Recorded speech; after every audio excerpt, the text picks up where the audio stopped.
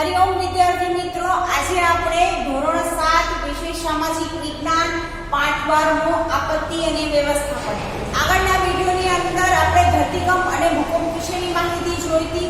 આજે આપણે પાઠની અંદર બીજી કુદરતી છે આપત્તિ છે વાવાઝોડું.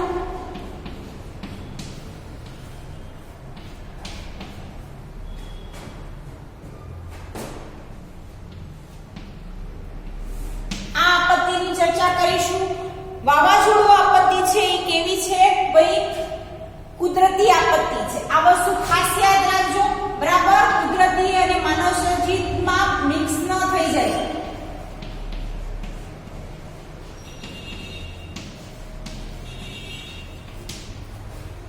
વાવાઝોડું કુદરતી આપત્તિ છે.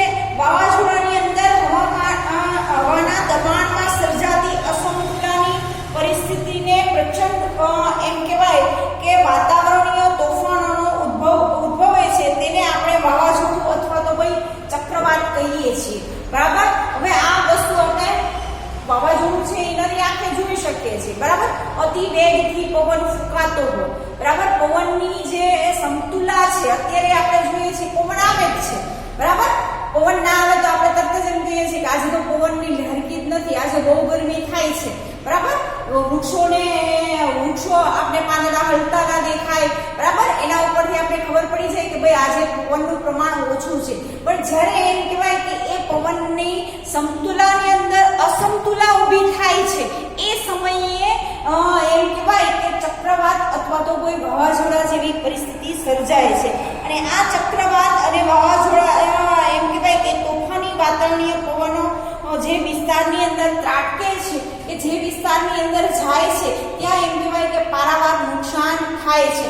આપણે ખબર જ છે કે અતિ વેગથી પવન ફૂંકાતો હોય એ જગ્યા ઉપર કદાચ વૃક્ષો હોય, લાઇટના થાંભલા હોય કે XYZ કોઈ પણ વસ્તુ હોય, દાખલા તરીકે કાચા મકાનો હોય તો એના ઉપર નળિયા કે પતરા કે એવું રાખેલું હોય, એ પણ એમ કહેવાય કે અતિ વેગથી પવન ફૂંકાતો હોય ત્યારે ઉડીને નીચે પડી શકે છે, લોકોને વાગી શકે છે, લોકોને ઘણું બધું નુકસાન થાય છે. એ ઉપરાંત તમે જુઓ તો દરિયાકાંઠાનો જે વિસ્તાર છે એ વિસ્તારની અંદર જો વાવાઝોડું આવ્યું હોય દરિયા ઉપરથી થઈ તો તમે જોઈ શકો છો કે દરિયાનું પાણી પણ એમ કહેવાય કે જે દરિયા કિનારાના વિસ્તાર છે એના ઉપર ફરી વળે છે અને ત્યાં પણ માનવ વસવાટને જે આપણે નોર્મલી રહીએ છીએ એ વસ્તુઓને પણ ઘણું બધું નુકસાન થાય છે. તમારા પાઠ્યપુસ્તકની અંદર વાવાઝોડા સામે રાખવાની સાવચેતી આપેલી છે, બરાબર? તમને ખ્યાલ આવ્યો વાવાઝોડું કોને કહેવાય? હવે આપણે વાવાઝોડા સામે સાવચેતી કઈ કઈ રાખશું, બરાબર?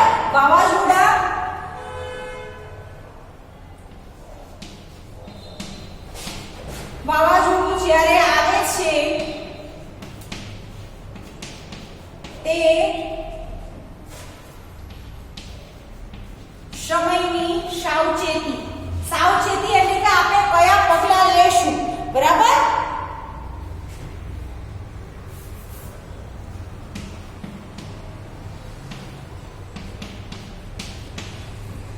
કયા પગલા લેવા જોઈએ તો એ વસ્તુ આપણે જોઈએ તો પાઠ્યપુસ્તકની અંદર આપણે આપેલું છે કે વાવાઝોડાના સંભવિત વિસ્તારની વિગતો ચોક્કસથી જાણી લેવી જોઈએ, કે જે વિસ્તારની અંદર, બરાબર, જે વિસ્તારની અંદર વાવાઝોડાની શક્યતા છે કે ભાઈ આવ્યું છે તે વિસ્તારની આપણે ચોક્કસ માહિતી મેળવવી જોઈએ, બરાબર? જો આપણે ચોક્કસ માહિતી મળી જાય તો એની સાવચેતી માટેના પગલા પણ એ રીતે આગળ આપણે લઈ શકીએ છીએ.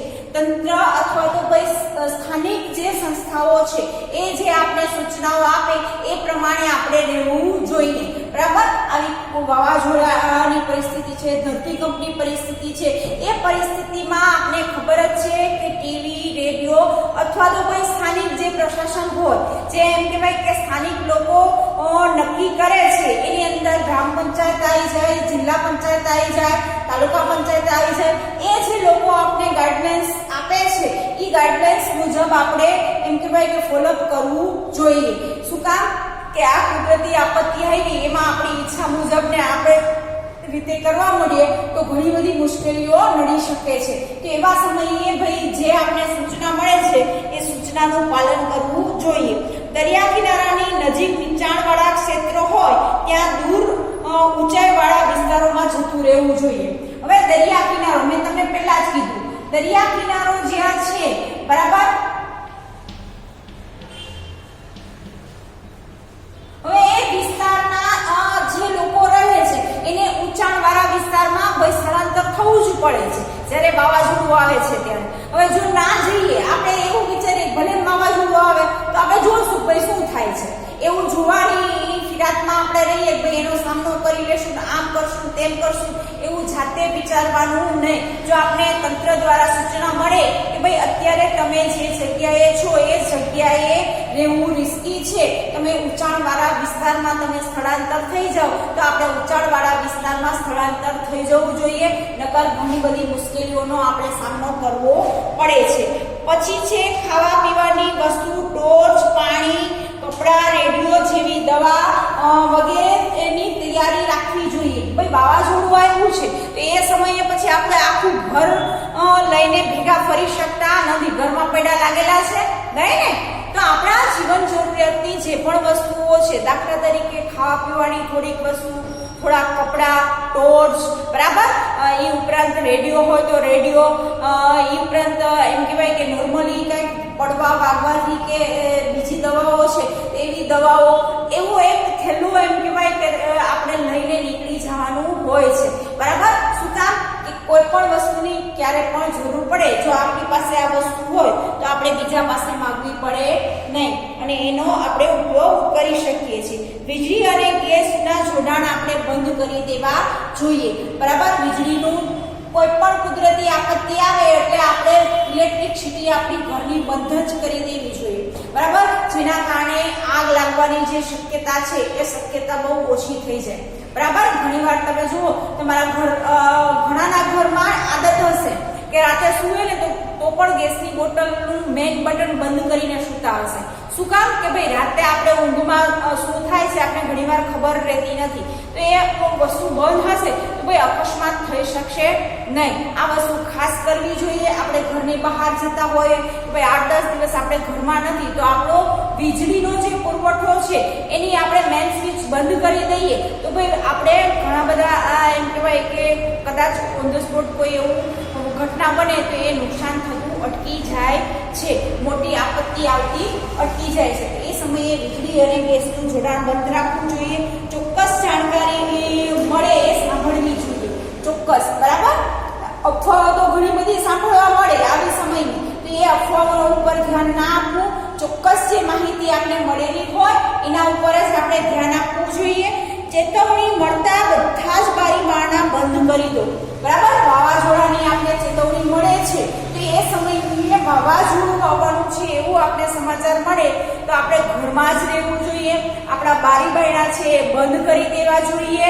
શું કામ કે પવન એકદમ વેગથી ફૂંકાય તો બહાર જેટલી વસ્તુ હોય આપણે ઘરમાં આવી ન જાય અને આપણે નુકસાન ના થાય, આપણે ઘરમાં જ રહીએ બરાબર. એટલા માટે આપણે ઘરના બારી બારણા બંધ કરી દેવા જોઈએ. જો તમે શાળામાં હો તો વર્ગખંડની બહાર નીકળવું જોઈએ નહીં.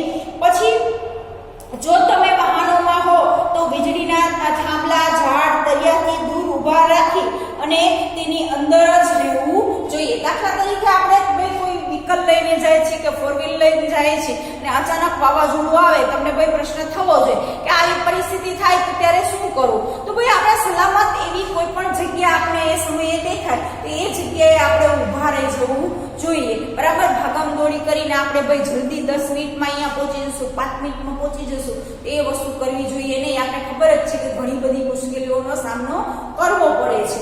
પછી આગળ જોઈએ તો પ્રાણીઓને ખીલેથી છોડી મૂકો, તેને છૂટા હશે તો પોતાનો બચાવ કરી શકશે. હવે આપણે આપણો સ્વ બચાવ તો કરીએ છીએ પણ આપણી સાથે ઘણા બધા પશુ પ્રાણીઓ છે બરાબર. આપણે એમ કહેવાય કે આપણા દેશની અંદર પશુપાલનનો વ્યવસાય છે તો ઘણાના ઘરે એમ કહેવાય કે પશુઓ હોય, દાખલા તરીકે ગાય હોય, ભેંસ હોય, બળદ હોય, તો એવા પ્રાણીઓને ભાઈ આપણે ખબર જ છે ખીલે બાંધેલા હોય છે તો ભાઈ એને ખીલેથી છોડી દેવા જોઈએ. શું કામ કે પોતાનો સ્વ બચાવ કરી શકે. પશુઓને પણ ભાઈ એ વસ્તુનો અંદાજ પહેલા આવી જાય છે, આપને પછી ખબર પડે છે, પણ એમ કહેવાય કે પશુઓની એ જે સ્થિતિ છે એ લોકોને પહેલા ખબર પડી જાય છે. ધરતીકંપ હોય, વાવાઝોડું હોય કે એવી કોઈ પણ ઘટના બનવાની હોય તો ભાઈ પશુઓને એની જાણકારી પહેલા થઈ જાય છે, બરાબર. તો એ સમયે ભાઈ એને ખુલ્લા રાખવા જોઈએ. પછી આપણે આપેલું છે કે જાહેરાતના બોર્ડ કે વૃક્ષો નીચે આશ્રય ના લેવો, બરાબર. કોઈ પણ જાહેરાતનો બોર્ડ હોય કે વૃક્ષો હોય તો એની નીચે આપણે જવું જોઈએ નહીં. આપણે ખબર જ છે કે ભાઈ વાવાઝોડાની પરિસ્થિતિ છે તો એવી જગ્યાએ આપણે ઊભા રહીએ તો ભાઈ આપણે ખબર જ છે કે ભાઈ વાવાઝોડામાં એ વસ્તુ પડી શકે છે. હવામાન સાફ થઈ જાય, પવન બંધ થઈ જાય તો પણ બહાર ના જશો. અચાનક પવન અને વરસાદ આવી શકે છે, બરાબર. જ્યાં સુધી પ્રોપર આપણે સૂચના ના મળે ત્યાં સુધી આપણે ભાઈ ઘરની બહાર નીકળવાનું નથી, ઘરમાં જ રહેવાનું છે. આ સાવચેતી રાખી શકીએ છીએ. લટકતા ખુલ્લા વાયરોથી આપણે દૂર રહેવું જોઈએ, બરાબર. ઘણીવાર વાવાઝોડાની પરિસ્થિતિ આવી હોય તો લાઇટના થાંભલામાંથી વાયર છૂટી ગયા હોય, બરાબર. તો એવા વાયરોને આપણે અડકવા જવાની જરૂર નથી. એ જે કન્ડિશનમાં પડ્યું છે એ કન્ડિશનમાં રહેવા દેવું જોઈએ, બરાબર. પછી આપણે કુતૂહલ વશ એકત્ર થઈ રાહત અને બચાવ કાર્યમાં અવરોધ ના કરવો, બરાબર. આપણે જોઈએ છીએ ઘણીવાર એવી ઘટનાઓ બની હોય. હવે દાખલા તરીકે આપણે સ્કૂલની પાછળ જે પાણીની ટાંકી પડી હતી, બરાબર, એ કુદરતી રીતે ભલે માનવ સર્જિત બનાવેલી છે પણ એ અચાનક પડી ગયું. વર્ષો જૂની હતી એટલે પડી અને જે અકસ્માત થયો હતો, બરાબર. હવે એ અકસ્માત જોવા લોકો એમ કહેવાય કે ત્યાં ટોળો થતા હતા. હવે આપણે ખબર જ છે કે એ સમયે આપણે કોઈને મદદરૂપ થવું જોઈએ, બરાબર. એની નીચે ઘણા બધા લોકો એમ કહેવાય કે દટાઈને મરી ગયા હતા. એમ્બ્યુલન્સને જવા માટે રસ્તો નહોતો. વિચાર કરો કે આ સમયે આપણે ભાઈ એ રસ્તો રોકવો જોઈએ નહીં. સાવચેતીપૂર્ણ એ લોકો માંથી જેટલા લોકો બચી શકે એ લોકોને આપણે તરત જ હોસ્પિટલે પહોંચાડી શકીએ એવી વ્યવસ્થા થવી જોઈએ. તો આવી કાંઈ પણ આપત્તિ આવે છે ત્યારે આપણે બીજા લોકોને જે એમ કહેવાય કે બચાવ કાર્ય કરતા હોય તો એવા લોકોને આપણે નડતરરૂપ થવું જોઈએ નહીં. આ પણ એક સાવચેતી રાખવી જોઈએ. પછી છે તંત્ર દ્વારા જે સૂચના મળે એ મુજબ જ આપણે કરવું જોઈએ. રાહત અને બચાવ કામગીરીમાં આપણે મદદરૂપ થઈ શકીએ એમ હોય તો આપણે મદદ કરવી જોઈએ. પછી મદદ માંગવા સિવાય ફોન ન કરવા. બિનજરૂરી ફોન કરવાથી નેટવર્ક ઠપ થઈ જાય, રાહત બચાવ કામગીરી પણ બંધ થઈ જાય છે. અત્યારે આપણે જોઈએ છીએ કે ફોનનો એટલો બધો ઉપયોગ થઈ ગયો છે કે આપણે જે તંત્ર કામ કરતું હોય એ એક તો બચાવ કાર્ય કામ કરે છે અને માથે જતા આપણે ફોન કરીને એ લોકોને હેરાન કરીએ એવી વસ્તુ થવી જોઈએ નહીં. પ્રોપરલી આપણે જો જરૂર હોય તો જ એમ કહેવાય કે હવે ન્યૂઝપેપરની અંદર આપણે આ કોવિડના તમે ઘણા બધા એવા એક્ઝામ્પલ આપણી સમક્ષ આવ્યા કે જે લોકો ખરેખર પૈસાદાર હતા છતાં પણ ફોન કરીને કહેતા ભાઈ અમારી ઘરે ટિફિન મોકલો. તો એ વસ્તુ ન થવી જોઈએ, બરાબર. તમે તમારી જરૂરિયાત, જે લોકો ગરીબ છે અને ખરેખર જેને જરૂર છે એ લોકો ભાઈ એમ કહેવાય કે ભાઈ જમવાની વસ્તુની માંગણી કરે તો યોગ્ય છે. જે પૈસાદાર છે ભાઈ જેને એમ કહેવાય કે પરિસ્થિતિ સારી છે અને તમે એ વસ્તુની માંગણી કરો તો એ કેટલા અંશે યોગ્ય છે. તો આવી વસ્તુ થવી જોઈએ નહીં, બરાબર. આ રીતે એમ કહેવાય કે વાવાઝોડાની પરિસ્થિતિ આવે છે તો એ સમયે આપણે એમ કહેવાય કે સામનો કરતા રહેવું જોઈએ અને આપત્તિના સમયે આટલી સાવચેતી રાખીશું તો આ સાવચેતીથી આપણે બચી શકીએ છીએ. હવે આગળનો આપણે ટોપિક જોઈશું.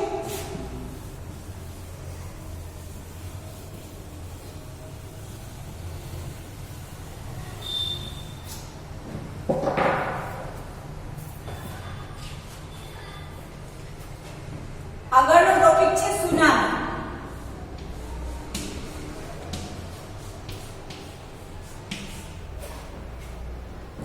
હવે સુનામી છે એ સમુદ્ર કે મહાસાગરના તળિયે થતા ભૂકંપ, બરાબર. સુનામી છે એ સમુદ્ર અથવા તો ભાઈ આપણે એમ કહીએ કે મહાસાગરોના તળિયે થતા ભૂકંપને આપણે સુનામી કહીએ છીએ, બરાબર. હવે આપણે ખબર જ છે કે સમુદ્ર વિસ્તારનું પ્રમાણ વધુ છે, બરાબર. આપણો દક્ષિણનો આખો આખો જે ભાગ છે એ આખો ભાગ સમુદ્રથી ઘેરાયેલો છે. તો એ સમુદ્રની અંદર કુદરતી રીતે ધરતીકંપ આવે કે ભૂકંપ આવે એ સમયે સુનામી જેવી પરિસ્થિતિનું સર્જન થાય છે. બરાબર. એ જે આખો એમ કહેવાય કે દક્ષિણનો ભાગ આપણે જોઈએ છીએ, ગુજરાત રાજ્યને પણ સૌથી મોટો દરિયા કિનારાનો લાભ મળેલો છે. આપણો દરિયા કિનારો પણ 1600 કિમી લાંબો છે. બરાબર, ગુજરાત રાજ્યનો. તો એ જે 1600 કિમી લાંબો દરિયા વિસ્તાર છે એ વિસ્તારને જ્યારે એમ કહેવાય કે સુનામી જેવી પરિસ્થિતિ આવે છે તો એ 1600 કિમીમાં આપણે ગુજરાત રાજ્યમાં જે લોકો રહે છે એ લોકોને સલામત સ્થળે આપણે ખસેડવા જોઈએ. બરાબર. જો આપણે ખસેડીશું નહીં તો આપને ખબર જ છે કે સુનામીની અંદર દરિયાનું પાણી જે જગ્યા નીચાણવાળા વિસ્તાર છે એ વિસ્તારની અંદર આવી જાય છે અને પારાવાર નુકસાન થઈ શકે છે. બરાબર. મોટો વિસ્ફોટ થાય કે જ્વાળામુખી ફાટે તો એ ને આપણે સુનામી તરીકે ઓળખીએ છીએ અને એ વિનાશક મોજા હોય છે. સમુદ્રની અંદર વિનાશક મોજાઓનું ઉત્પન્ન થાય છે. બરાબર. વિનાશક રીતે એમ કહેવાય કે મોજાઓ ઉત્પન્ન થાય છે. હવે તમે વિચારો કે 5, 6 કે 10 માળની બિલ્ડિંગ હોય ને એટલા ઊંચા મોજા ઉછળતા હોય અને એમાં એમ કહેવાય કે બચવું નામુમકિન બની શકે છે. તો સુનામીના સમયે આપણે નીચાણવાળા વિસ્તારથી દૂર જતું રહેવું જોઈએ. આપત્તિ વખતે એમ કહેવાય કે દરિયા કિનારે કે દરિયામાં જવું ના જોઈએ. બરાબર. આપને ખબર જ છે કે દરિયાની અંદર ભરતી અને ઓટનો સમય હોય છે. તો આપને ખબર જ છે કે ભરતીના સમયે ભાઈ જે મચ્છીમારો છે એને ખાસ સૂચના આપવામાં આવે છે એડવાન્સ. ભાઈ આ સમયે તમારે દરિયો ખેડવા જવાનું નથી. આપને ખબર જ છે કે એ લોકો ભાઈ એ સમયે ઘરે જ રહે છે. 6 મહિના દરિયામાં, 6 મહિના ઘરે. એ રીતે એમ કહેવાય કે ભરતી અને ઓટનો જે સમય છે એ સમયની અંદર લોકો એ રીતે કામ કરે છે. ખબર જ છે કે એ સમયની અંદર દરિયાનું પાણી છે એ વધી જાય છે. જ્યારે એમ કહેવાય કે ઉનાળાની અંદર દરિયાનું પાણી મધ્યમ રહે છે એ સમયે આપણે દરિયા કિનારે કે દરિયાના વિસ્તારની અંદર આપણે જઈ શકીએ છીએ. જાણવું તમને ગમશે, એક વસ્તુ આપેલી છે કે 26 ડિસેમ્બર 2004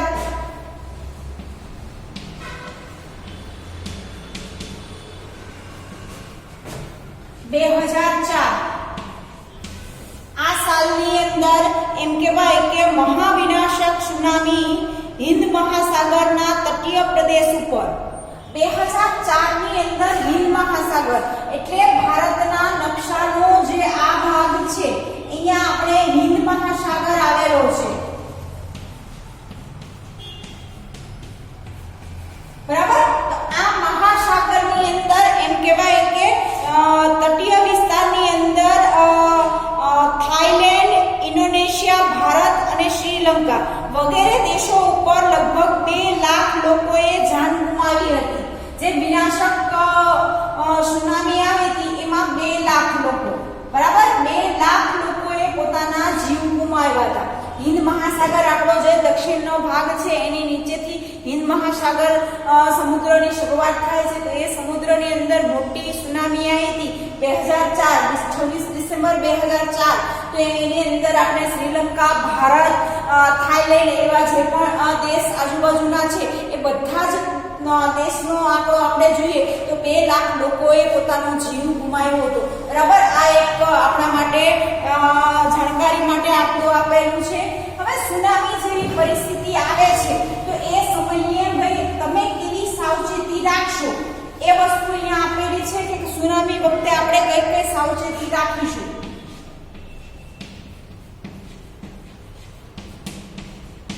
તો તમારી બુકની અંદર આપેલું છે કે સુનામી પહેલા, સુનામી દરમિયાન અને સુનામી બાદ.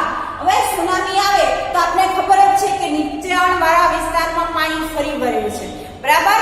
હવે પાણી ફરી વળ્યા પછી જો પાણી ઉતરી જાય પછી પણ આપણે કઈ સાવચેતી રાખવી જોઈએ. અહીંયા આપણે 3 ભાગમાં આપેલું છે પાઠ્યપુસ્તકની અંદર. તો આપણે જોઈએ કે ભાઈ સુનામી પહેલા આપણે શું કરી શકીએ. તો સમુદ્ર કિનારાથી આપણે દૂર ખસી જવું જોઈએ. બીજું છે રેડિયોમાં આવતી સૂચનાઓ મુજબ કાર્ય કરવું જોઈએ. સમુદ્રના મોજા અસાધારણ ઉછળે, વિચિત્ર અવાજો આવે તો પૂર્વ ચેતવણીના સંકેતો છે તો તરત જ દરિયા કિનારાથી આપણે દૂર જતું રહેવું જોઈએ. પછી છે કિંમતી સામાન અને ખોરાક, પીવાના પાણી, દવા, ટોર્ચ વગેરે જીવન જરૂરિયાતની જે ચીજવસ્તુઓ છે એ સુનામી પહેલા આ સાવચેતી રાખીશું તો આપણે આ મુસીબતથી આપણે બચી શકશું. ભાઈ હવે સુનામી દરમિયાન તમે શું કરશો? ઊંચાણવાળી જગ્યા ના છોડતા.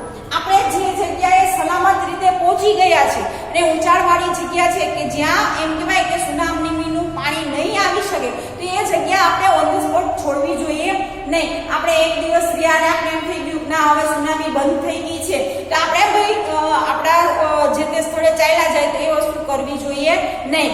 શું કામ કે સુનામી કુદરતી છે. કદાચ ફરી એમ કહેવાય કે એટેક થવાનો હોય તો એટલે આપણે જે જગ્યાએ જે સલામત સ્થળે આપણે હોય એ જગ્યાને આપણે છોડવી જોઈએ નહીં. સુનામી જોવાનો પ્રયત્ન ના કરવો. ભાઈ સુનામી કેવી હોય છે એ જોવા જવું નહીં. એ જોવા જાય તો પણ આપણે આપણો જીવ ગુમાવી શકીએ છીએ. બરાબર. તંત્ર દ્વારા અપાતી સૂચનાઓનો ચુસ્તપણે આપણે અમલ કરવો જોઈએ. બરાબર. તંત્ર દ્વારા જે પણ સૂચના મળે એનો અમલ કરવો જોઈએ. કિનારાના ઊંચા મકાનો પણ આશ્રય માટે સલામત નથી તેથી ત્યાં ના જવું. બરાબર. આપણે વિચારીએ કે દરિયા કિનારે મોટી 10-12 માળની બિલ્ડિંગ છે તો ભાઈ એ બિલ્ડિંગની ઉપર આપણે ચડીને ભાઈ સલામત છીએ એવું વિચારવું જોઈએ નહીં. આપણે ખબર જ છે કે પાણીની અંદર એટલી તાકાત છે કે ભાઈ ગમે એટલા માળની બિલ્ડિંગ હોય એ પાણી હોય, વાવાઝોડું હોય કે ધરતીકંપ હોય, આ કુદરતી આપત્તિઓ એટલી એમ કહેવાય કે શક્તિશાળી હોય છે કે આપણે માનવ સર્જિત જે પણ વસ્તુ બનાવેલી છે એ ટકી શકતી નથી અને એ પડી ભાંગે તો એ સમયે પણ આપણે જીવ આપણો ગુમાવી દઈએ તો બને ત્યાં સુધી આપણે નીચાણવાળા વિસ્તારમાં રહેવું જ ના જોઈએ. આપણે ઊંચા વિસ્તારમાં સ્થળાંતર થઈ જવું જોઈએ. બરાબર. હવે સુનામી આવ્યા બાદ તમે રેડિયો અને ટેલિવિઝન, સોશિયલ મીડિયા પર આવતા આધારિત એમ કહેવાય કે સમાચાર પર જ સાંભળવા જોઈએ. બરાબર. તંત્ર દ્વારા જે પણ સૂચના મળે ખાલી એ વિસ્તારમાં જ આપણે અગાઉ કરતા વધુ મોજા ઉછળીને આવી ગયા હોય એવું બને તો ભાઈ આપણે જે જગ્યાએ છીએ એ જગ્યાએ રહેવું જોઈએ. પોતાના મકાન સલામતીની ખાતરી ના થાય તો ના પ્રવેશવું. પાણી, ગેસ, વીજળી જોડાણ આ બધું જ આપણે બંધ રાખવું જોઈએ. બરાબર. સુનામી જેવી પરિસ્થિતિ આવી હોય ત્યારે ભાઈ આપણે આપણા ઘરની બધી ચિંતા નહીં કરવાની. ભાઈ અહીંયા ઘરમાં આટલો 5 લાખનો સામાન પડ્યો છે, ભાઈ ફ્રીજ છે, ટીવી છે, વોશિંગ મશીન છે, બધાને ઘરે હોય. બરાબર. એ બધું જ આપણે છોડીને જતું રહેવું પડે છે. શું કામ કે ભાઈ આપણે આપણા જીવ બચાવશું તો આપણે એ બધી જ વસ્તુઓ ફરીથી મેળવી શકશું, ભાઈ ફરીથી ખરીદી શકશું જો આપણે જીવતા રહેશું તો. એટલા માટે કુદરતી કોઈ પણ આપત્તિ આવે છે તો એ આપત્તિના સમયે આપણે આપણા જીવનું જ એમ કહેવાય કે ધ્યાન રાખવાનું હોય છે. બરાબર. અને તંત્ર જે મુજબ આપણે સૂચનાઓ આપે છે એ સૂચનાઓનો અમલ કરીને આપણે આગળ વધવાનું હોય છે. એની અંદર કોઈ પણ એમ કહેવાય કે સમસ્યા વધુ વિકટ ના બને એનું ખાસ ધ્યાન રાખવું જોઈએ. તો અહીંયા આપણે સુનામી ટોપિક જોયો, એની સાવચેતી જોઈ. બરાબર. તો આ ટોપિક સુધી અહીંયા રાખીશું આ વિડીયોની અંદર. આગળના વિડીયોની અંદર આપણે આગળના ટોપિકની ચર્ચા કરીશું વિદ્યાર્થી મિત્રો. નમસ્તે.